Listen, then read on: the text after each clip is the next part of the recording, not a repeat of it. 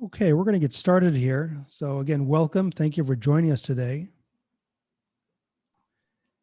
In today's webinar, we'll be covering contact tracing, related technologies, best practices, and generally what has been learned over the past year or so. Presenting this webinar is Bart Vetsevenant, who is the General Manager for Presence Control and Cybersecurity at RightCrowd. We'll be going over some interesting content today that is really relevant for all organizations of all sizes. A couple of housekeeping issues before we get started. This presentation will be around 30 minutes or so. It will be followed by a Q&A session. Questions are very much welcome. And if you do have a question or think of a question throughout the presentation, please type it into the Q&A box, which you'll find at the bottom of your screen. And as well, this webinar is being recorded, and we will be sharing the recorded webinar with everybody who has RSVP'd, and you'll be getting an email for that in the next 48 hours or so. So with that behind us, Bart, I'm going to pass the floor to you. You're already sharing your screen, which is great. And you can go ahead and start, and there'll probably be some other people joining us as well over the next several minutes. Thank you very much, Ron. And first of all, allow me to thank the Blue Ocean security team for inviting us to join the webinar today. So my name is Bart Vetsevenant with RightCrowd, and as Ron said, what we'll be talking about is the use of technology in the context of contact tracing. And if we dive into the agenda for this session, which will take about 30 minutes, as Ron said, we'll first have a look at what are the different tools and methods that exist to do social distancing and contact tracing. I'll then explain a little bit more what RightCrowd does in this space and give you a short demonstration of the type of information you get out of a technology platform for this. And then after that, we'll go into a number of those lessons learned, because we have been deploying these types of technologies at more than 80 organizations now over the last 12 months. And I wanted to share a couple of lessons learned, like what does it take from a budget perspective? What does a typical rollout look like?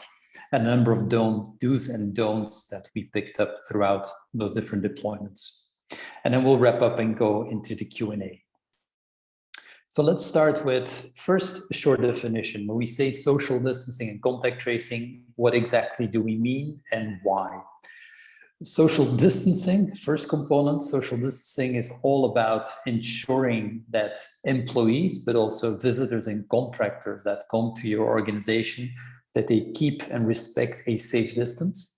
Safe distance in most parts of the world is defined as 2 meters or 6 feet, but there's differences. In some of the Asian countries, it's slightly closer, so more like 1 meter or 1.5 meters in terms of the distance. But so the first component is that social distancing. How do you make sure that people respect that? And of course, you can do that in a variety of ways, which we'll go into. And then the second component of this is contact tracing. And contact tracing is really all about if you have a case of a person being infected with COVID-19, how do you quickly find out who could potentially be at risk? And at risk meaning or defined by who came close to that infected person over the past week or slightly longer. So that's the two things that we're trying to achieve. Why are we trying to do that? Of course, to minimize overall risk and to keep the business open, because that's at the end of the day what this comes down to. If an organization invests in social distancing and contact tracing, the number one reason to do so is keep the operations ongoing and of course to help with the safety of their personnel. If we then look at the tools and methods that you have at your disposal, and if we look at the organizations that we've been working with over the last year, a lot of them first tried to do social distancing and contact tracing without the use of technology. And if you do that, how are you going about that? You're going to do a lot of awareness campaigns. You're going to use signage like stickers reminding people to keep a safe distance. And then when it comes to COVID infections. If someone reports to the HR department that they've been infected by COVID-19, if you don't use technology, you then go into a manual contact tracing route. And that is typically done through interviews. So you call the person that got infected, and you're going to walk through the last couple of days. You're going to ask them, when did you come to work? Who did you meet? Who did you see? And the like. So that's one method, using no technology at all. If you do use technology, and we'll go into much more detail on that, what happens in that case is that people will be wearing some sort of a small device. We refer to it as a safety or security wearable. And that wearable is typically going to do two things. First of all, it's going to alert someone when another person comes too close to them. That can be a visual or an audible alert, like something beeping or a light showing, hey, be careful. You're not respecting a safe distance from the other person. And then secondly, those technologies are also going to record, store what we call close contacts. So when someone comes too close to you, it's going to record that so that afterwards, in case of an infection, that you can go back and see who came too close to that person. And one thing I want to highlight is we have been working with many different companies over the last 12 months, but one of them specifically was a global pharmaceutical company in North America. And what they did while they were rolling out our technology in the POC, the proof of concept phase, they compared the two methods that we highlight here, one without technology and one with technology. And what they did specifically is they had a testing group of 50 people. They were walking around with security wearables, so the technology was capturing who they came close to. But at the same time, they also asked these 50 people to fill out every evening a short questionnaire. And the questionnaire really came down to put down the people that you think you've come close to today. And based on that simple but effective research, after 1 month, the conclusion was that people on average remembered 35% of their contacts. So when they compared the list, who are the people that they wrote down in the questionnaire response with who were the people that we actually know they came close to based on the wearables, we saw that they only sort of remembered 35%. And that to us is a clear proof that you have to use technology if you want to do this effectively, because you only rely on manual methods, you know you're going to miss out a significant percentage of the interactions between people. Good. So let's then have a look at what technologies are out there in the market. We estimate that there's about 50 to 60 products available across the global market today to do some form of social distancing and contact tracing.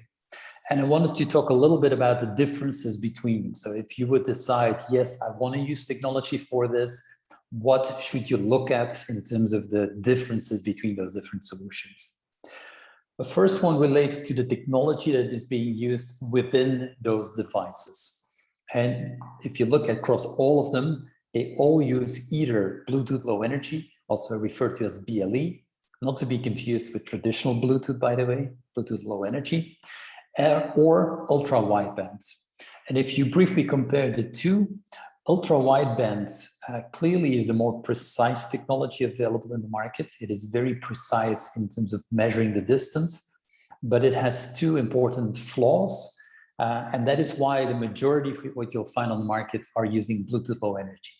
The two flaws are, first of all, ultra wideband technologies consume a lot of battery. So most of the devices that you will find on the market that use ultra wideband will only last for 1 day, so need to be recharged every single day. And secondly, ultra wideband is not that good in handling what is technically known as collisions. So as soon as you have a larger amount of people within the same physical area, ultra wideband will cause problems and no longer be effective in doing measurements. So that's the first difference, Bluetooth Low Energy versus ultra wideband.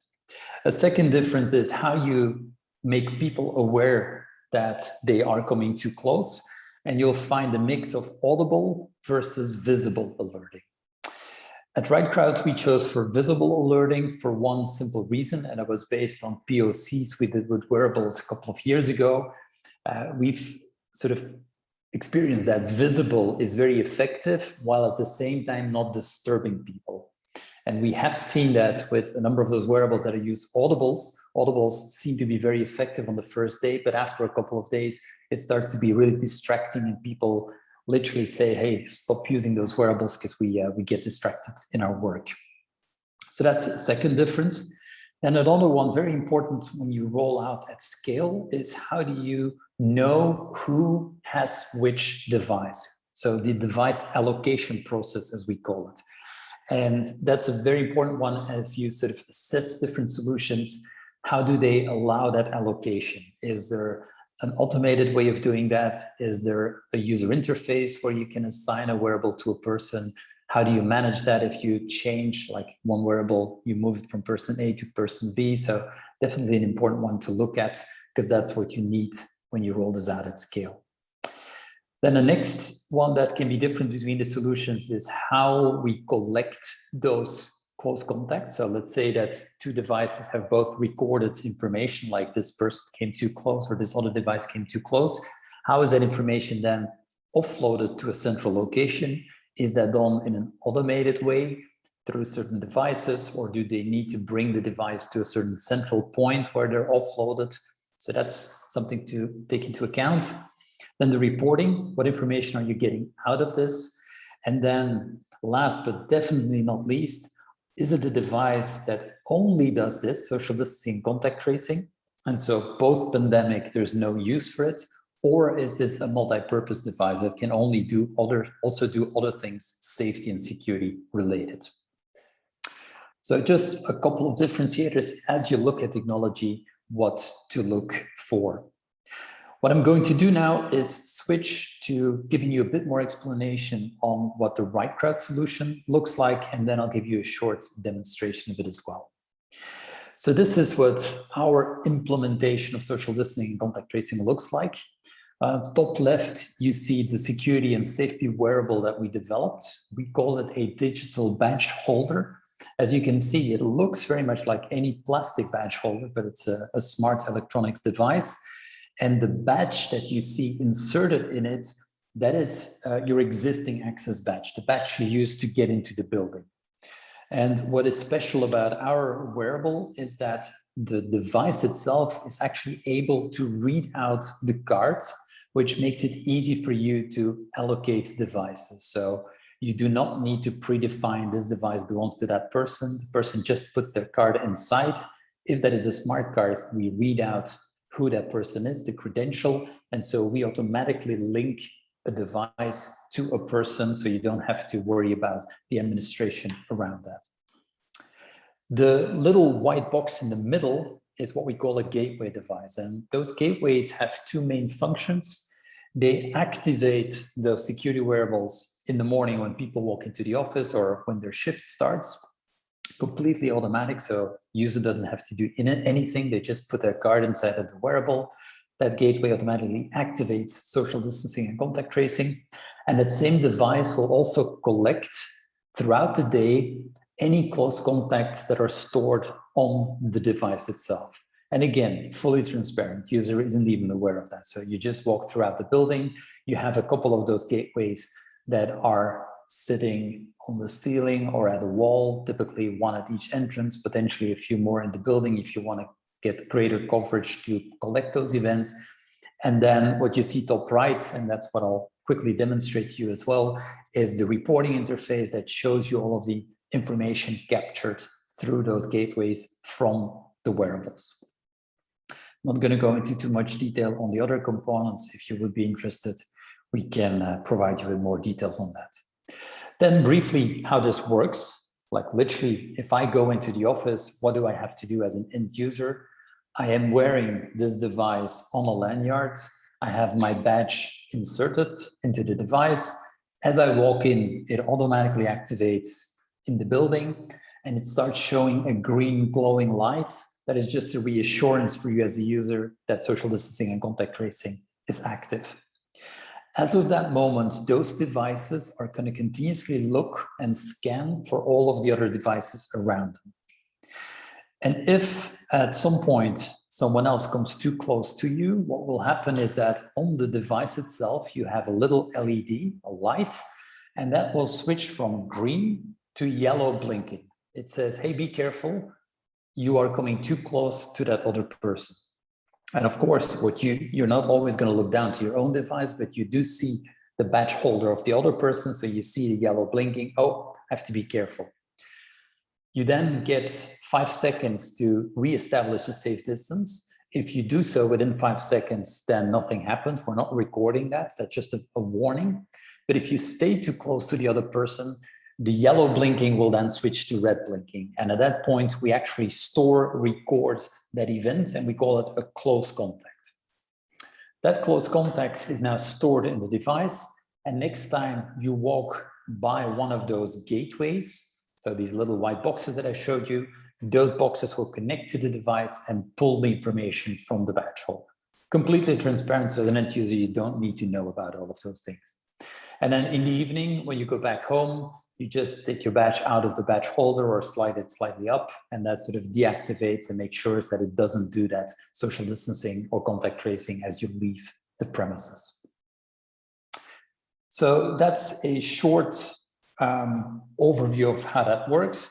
One very important aspect that very often comes up is, what about privacy? What are you doing with those devices? Is this potentially a privacy risk? First of all, those devices are not geo-aware, so we're not tracking where people go. That's the first very important thing to take into account. So they only know when they come too close to someone else, but they don't know where that is happening. It's only the gateways that know where they're located. Secondly, in terms of what information we store, we provide in the platform a variety of privacy options. So you can say, I store no personal information at all. I only store the unique number of the device, or I only store the card number.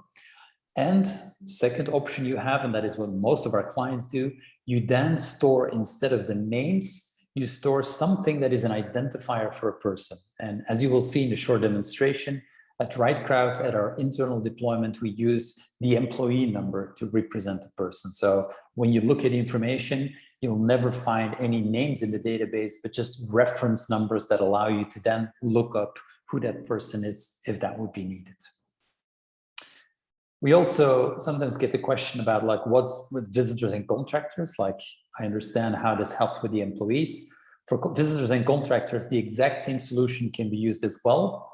And you can do that in one of two ways, either completely decoupled from what you have. And in that case, what you do use what we call visitor or contractor badges. So think of an access badge with a V on it or a C from contractor. You have a number on them. And what you do is, when a visitor arrives, they receive one of those badge holders with a visitor card or a contractor card inserted. You just hand it out to them. Social distancing and contact tracing is being taken care of. And what you do is, in your existing visitor system, you just record this visitor received card number 001 as an example. That allows you to also do social distancing contact tracing for visitors and contractors without having to do any integration. Second option is to link the system to your visitor management, and then it will automatically activate as a visit starts and automatically ends as the visit ends. So let's have a quick look at what it all results into from a reporting perspective. So let's switch over to the dashboard interface. So if we do a quick recap, people walk around with badge holders. We have, at a couple of places in the building, we have these gateway devices. They collect the events, and that information is being sent securely, fully encrypted at all times, to a backend system in the cloud. And this is the user interface that runs on top of it. So what are we looking at? This is social distancing and contact tracing information for RightCrowd, so within our own company. We have offices at different places in the world. The headquarters are in Australia, where there's not that much COVID. So as you will notice, we do have a lot of close contact events, given the fact that there's almost no pandemic in that part of the world. So what are we looking at? At the top, you can see a couple of things. You can see a time range. I'm interested, for example, to look at data from the last 2 weeks. I can select a certain location. I want to look at close contact information, contact tracing information for just one office or one region or all of my offices around the globe. And then I can do a filtering. And what I'm going to do is I'm going to select a filter of 15 minutes. And what does that mean? I only want to look at people that came too close to someone, to another person for at least 15 minutes across a 24-hour period. It may sound like a bit of a complex definition, but it is actually the definition of a risky contact as defined by the Center of Disease Control in the US, and also the recommended definition by the WHO at the global scale. So if I do that, what can we see? Across all of the Right Crowd offices, we had 3,046 close contacts, and they were triggered by 32 people. If we zoom in, and I'm just gonna pick a random person. These are, by the way, employee numbers we use.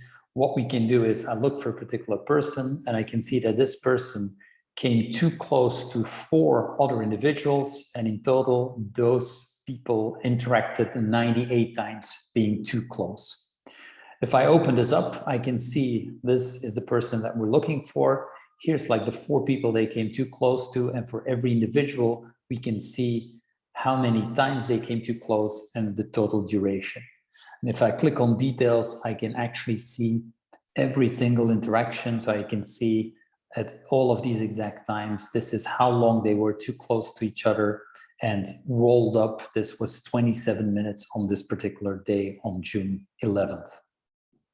So if you have a case of an infected person, you simply search for that person and you instantly know exactly who they've been too close to, and you know who to reach out to.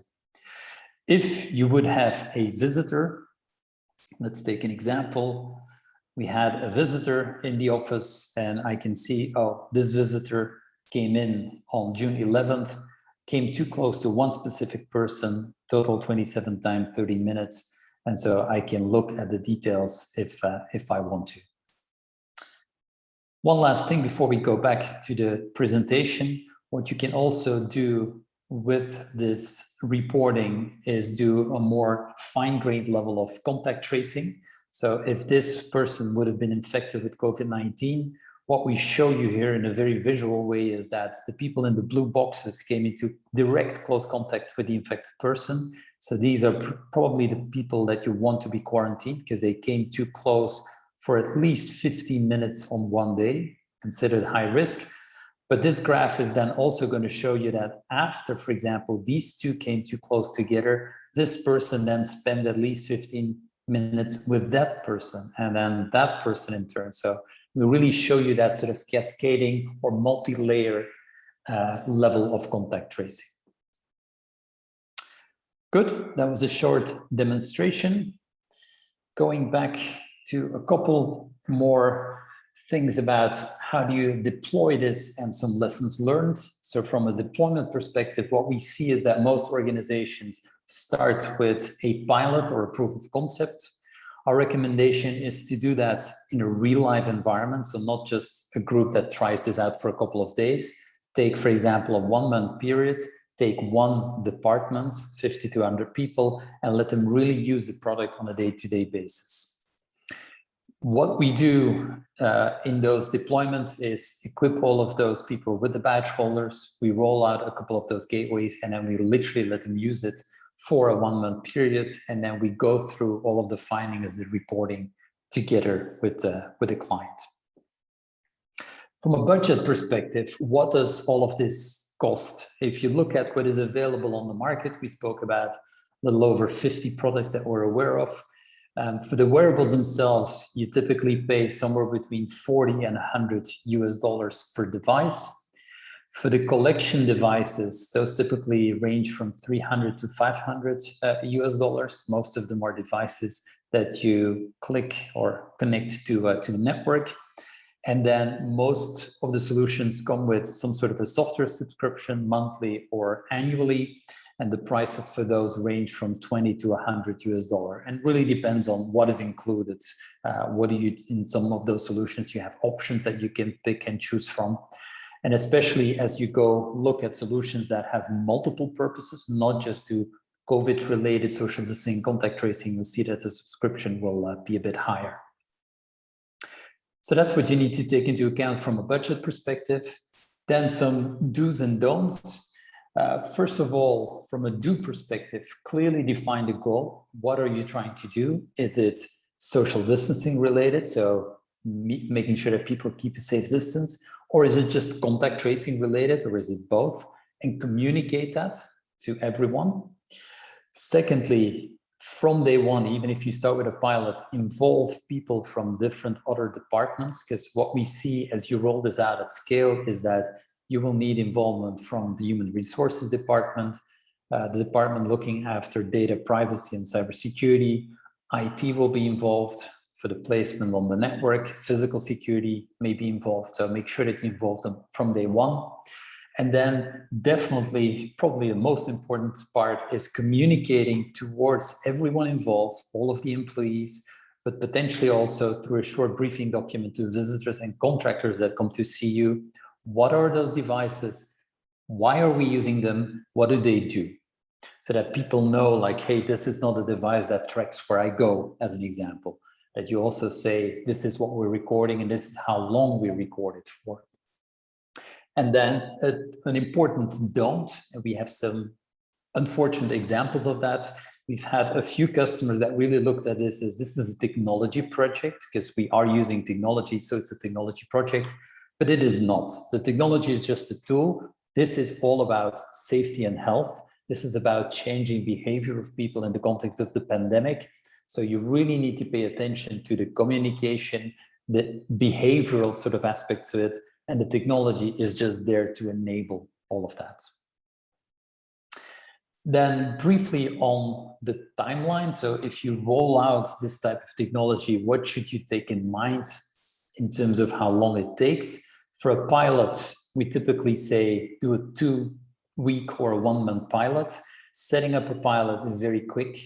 In most cases, like in our case, if a client says, I want to do a pilot, we ship all of the equipment within 2 days. And then 1 week after your decision, basically you're up and running, your pilot is ongoing. And then if you then move on to a rollout, if you've done a pilot, then a rollout is instant. It's just adding more wearables or badge holders to it. If you've not done a pilot and you want to start from scratch, then take about 1 month. If you look also at things like contracting, getting these other teams involved and get them their sign off on all of those aspects. And of course, if your company would decide to roll out something like this, we will help you throughout those rollout phases. So look at all of the aspects regarding connectivity, communications, and the like. Here's some feedback from some of our customers, and it's been interesting. We've had customers, depending on which region of the world they were in, most of them have had over the last couple of months a handful of cases. Most customers had 5 to 15 cases. And of course, our technology then helped them to sort of identify who came too close to those infected person. We have one customer in manufacturing based in South America. They had 162 cases, and they used our solution to each time, rather than closing down the entire factory, quickly identify, quarantine those people for 1 week, and then get them back into the office. So overall, we've seen a lot of value coming from the solution. And if I summarize before going to the Q&A, what these type of technologies try to do is really 3 things: giving that continuous awareness reminder to keep a safe distance. It does give you insight into how good or how bad do people actually respect that. So you can see the amount of times that people come too close to each other. And then it gives you instant contact tracing information. And that ultimately is your way to avoid a shutdown of operations and a protection of your staff. So that's a quick overview of the things that are out there in the market. We did look at some of the specific things to take into account, short demonstration, and some of the lessons learned. So with that, I would like to hand it over to Ron and see whether we have any questions that have come in. Thank you, Bart. That was great. Yeah, we have a couple questions in the Q&A box. I have a few as well that I wanted to share. So, Go ahead. well, we start off with actually it's my own question, and it's somewhat linked to the one in the Q&A box as well. Do you expect demand for contact tracing to continue in a post-COVID era? And sort of related to that, have you heard of any possible regulations in this regards from any governments in any regions? Yeah, excellent question, and very, very relevant, because there are a number of areas in the world where the pandemic, the worst seems to be sort of behind us. First of all, what we are seeing in a couple of the regions is that people start to slightly change the use of the technology, and what they're doing specifically is they start to turn off the social distancing component of it. So in our case, they turn off the LED, so they stop warning people that they come too close, but they still want to do contact tracing, because a lot of, especially the larger organizations, work off of the assumption that the pandemic is still going to be around for many years to come. So we will still go through a couple of spikes, especially in the winter times. So it's not completely gone. So a number of those companies want to continue to use the technology to do sort of a silent form of contact tracing. It still records all of it, and in case of such a spike or in case of an infection, they still have the data available. In terms of the regulation, we have seen in some of the government sort of spaces that some governments plan to sort of impose some of this in government buildings for a number of years to come. And we have seen private enterprises put forward policies to say, we're going to use contact tracing technologies for at least the next 5 years. It should become part of the good common practice in the safety and security domain. That's interesting. Okay, so a question here from the Q&A box. It's sort of like a double question here, similar to what I just asked you, is what do you see? Do you see any system applications for your solution for post-pandemic? So I'm assuming it's similar to what I just asked, but I think he's trying to ask, is there anything other than like direct contact tracing?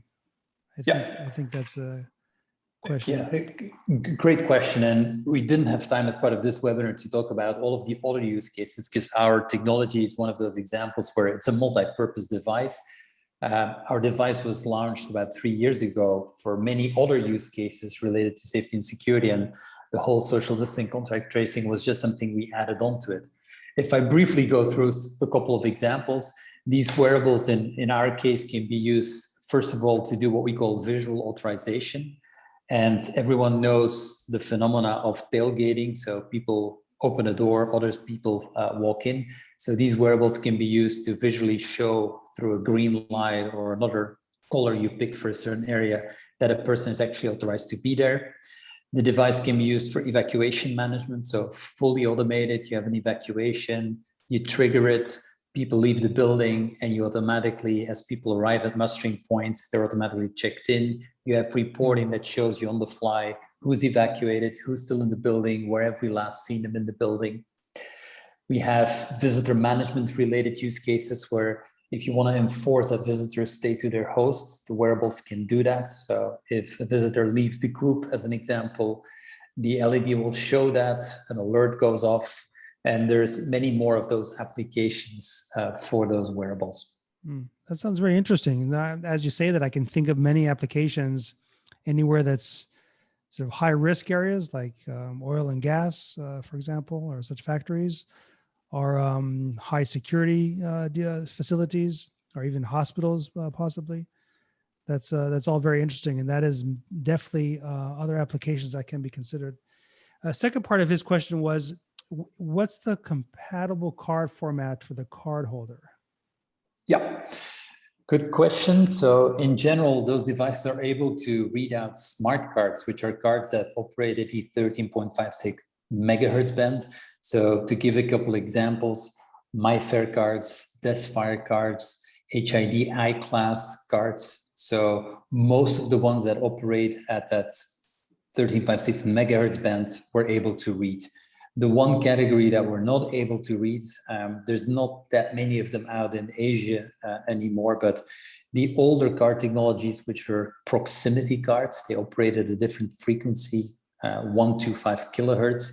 Those cards cannot be read by the devices, but we do have workarounds for those cases. Okay, that's great.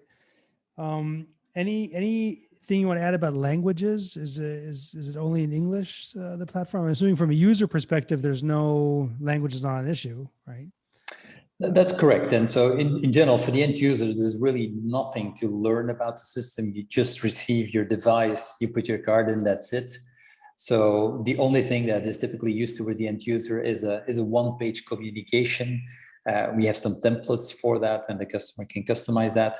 The system interaction itself, so the dashboard that I briefly showed, that dashboard exists in English today, but there's very little sort of language in there. It's all very intuitive. Yes. So there's no real training related to it. But if that would be a requirement at some point, the platform itself is multilingual, so we can easily add additional labels in different languages. Okay. In terms of the power of the wearable, does that have to be recharged every night? Do employees take them home with them? How is that usually managed? Good question. So first from a battery perspective, the device indeed has a rechargeable battery. The devices last for about 2 working weeks when you do social distancing and contact tracing. So most companies or most people, they recharge them once a week, which is like a good overall practice. And then from a how they charge perspective, there's 2 models. There's a model whereby the employee recharges the device themselves. It has a small micro USB port, so any micro USB cable that you have available, you just plug it in and it recharges it. We also have charging stations, as we call them, that allow you to recharge the device. Just you put it on the cradle and it sort of starts charging. So that's a second option. But if I look across the customer base, the majority of customers just tell their people to recharge it over the weekend before they go back to the office. Okay, that's great. So we have a question here. They're asking, can your smartphone potentially take over these functionalities? I could give a 1-hour answer to that, but I'll try to be very, very brief. Smartphones are great, and we do have a Right Route app that interacts with the wearables. But when it comes to social distancing, measuring the distance with other people, they are completely inaccurate. And we've seen many projects around the world by governments that try to roll them out. They're very imprecise. Like if my phone is in my back pocket or in my front pocket or in my hand, my measurements are going to be very different. Those devices are not optimized to do this. So unfortunately, it's not a reliable way to do it. Okay, and you also, I assume you lack that color visibility thing that you mentioned, where other people can see the color, which I think is very useful too. Definitely. Now you can on the smartphone, and that's what our app does as well. We can have the phone vibrate or make a sound when you come too close to someone else. So as an extension of a solution, it's a very good platform, your mobile phone. But to do the actual measurement, it's just not working. Okay. And somebody's asking here, have there been any success stories where governments have shown interest? We do have a number of government-related organizations. And what I mean by that is we have a very, very large prison that is part of the government that has been using this. We have governmental organizations that have been using it, but we don't have we've seen some RFPs in the market. RFPs to which we responded as well, but those RFPs have not concluded yet, so have not been. So when you look at central governments, we've seen RFPs, but no actual deployments yet. Okay. And as a final question here on the Q&A box, can you use the wearable as a logical security device, such as a second factor to log into your computer? Yeah, that's a great question. And those wearables indeed can be used for that. From a Right Route perspective, we are working from a research and development perspective on doing some integrations with platforms that manage endpoints like laptop computers and the like to do that. So it has everything on board to do that. It's just a matter of integrating with a number of those platforms. But it indeed is a very good second factor to do authentication also at the logical access level. So how would that work? Like, for example, only if you're sitting in front of your laptop, then you have access, like it measures the distance, like where you are physically located compared to your hardware? Exactly. So pretty much every laptop or desktop computer today has Bluetooth Low Energy on board as well. So it will do two things. First of all, when you try to log in, it will do the additional check. Are you actually close to your computer? So is it actually you? So if I would know, for example, Ron, your password, and I would try to log onto your computer, it would not log on because it knows based on that missing second factor that it's not you, because it would only do that if your badge holder with your card would be close. And then the second thing is an automatic log off. So if I leave my computer to go to the bathroom, as an example, as soon as I walk away a certain distance from the computer, it shuts it, well, not shut down, but it logs off. Well, that's interesting. So we've covered quite a few other applications that can be used with this technology, which I think are very interesting. Two more questions from myself here, just really quickly. For the visitor management integration, how is that done? Are you providing an API for that, or do you have existing integration with with visitor management systems? Yeah, we do have, first of all, our system sort of assumes or is based on a very open architecture. So our API allows us to sort of connect to any identity source. So that identity source can be an Active Directory, an HR system, a physical access control system, or a visitor management system. Okay. So in case of visitors, to take that example, we have done integrations with a couple of the leading visitor management solutions. And the net result is that as you check in a certain visitor in that system, and you then tap the badge holder to a gateway sort of close to that reception area, it will then automatically activate it to the visitor.